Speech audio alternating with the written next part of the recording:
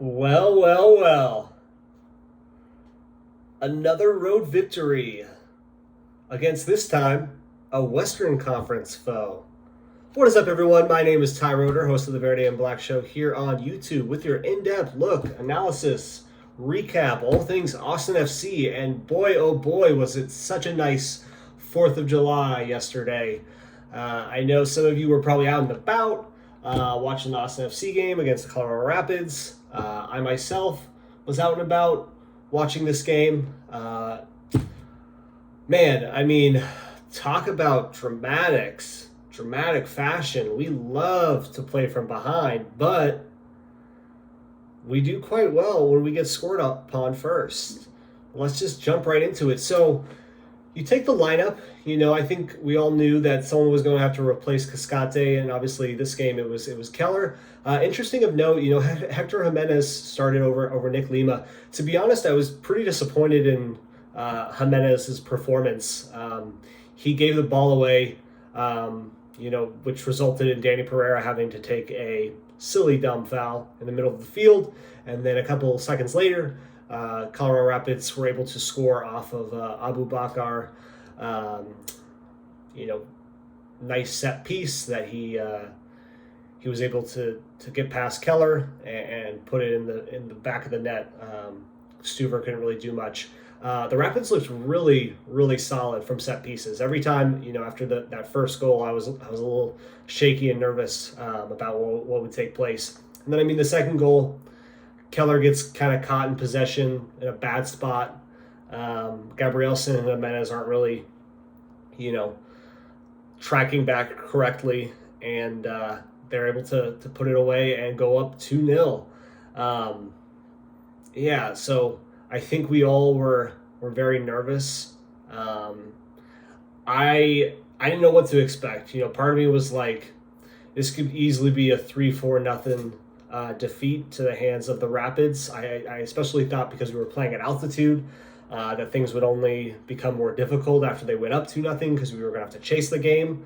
But luckily, our man, Ethan Finlay, I know I have been difficult and hard on him. Granted, I should be. He has underperformed. And while, yes, he did score, I'll give him that credit. I wasn't thoroughly impressed just with his performance. And to be honest, the goal, it was a complete mishap by the Rapids. Two defenders, the ball was coming in. Neither of them looked to be playing it. They let it bounce, which led Finlay on a fast break. All he had to do was really chip it over the goalkeeper, and he was able to do so. So I'll give him credit where credit is due. That's never an easy task to be able to chip the goalie, and when you're straight on attacking. But he did the job, and that got us right back into the game. The 28th minute, it looks like, was when he scored. So really, we're down 2-1. We're back in this game. Doesn't seem, like the Rapids are really producing anything. They did hold, the shot advantage 15-9, but we held the on-goal shots 5-2 throughout the game. And we did hold possession throughout the entire game. But man, coming into half, I was thinking, okay, it's 2-1. This sets up perfectly for a really competitive second half where we can get the draw and then potentially go for the win. But man, in that last minute with Gallagher and his delivery, crossing into Driussi, and Driussi is just so clinical inside the box, inside the 18, inside the 6, put it past Yarbrough, the Colorado goalkeeper, and we go into half 2-2. Felt so nice, and then I want to speak before that. Keller got a silly yellow, which obviously we all know what happened later in the second half. But you start the second half, it's tied 2-2. We think that Arruti has scored a splendid goal. Driussi had a shot, came off a Colorado defender, and then it was Arruti's turn, and he put it away in the back of the net with a really nice strike right inside the 18. So you think we're up 3-2, everyone's going crazy, and then it's taken away by VAR, I believe, for a handball. I believe it was off of Driussi. But then a couple minutes later, Urruti gets his chance, and I mean, I don't know how Driussi knew Urruti was behind him when he laid it off, because you would think in that scenario, inside the 18, Driussi's going to be the one that's striking the ball. No way does Driussi give it up for Urruti, even if Urruti is behind him. So I think there was some communication there that, Urruti was telling Driussi that he was behind him, or Driussi just has the awareness that Urruti has the better shot and better angle there. But it was so nice, that ball coming in, Driussi to lay it off, not even touch it, almost be a dummy there. And then for Urruti to just whip it into the far corner. And then we go up 3-2, 59th minute, we're up 3-2 on the road, came back from 2-0. Now we're leading 3-2. We still got another 30 minutes to play.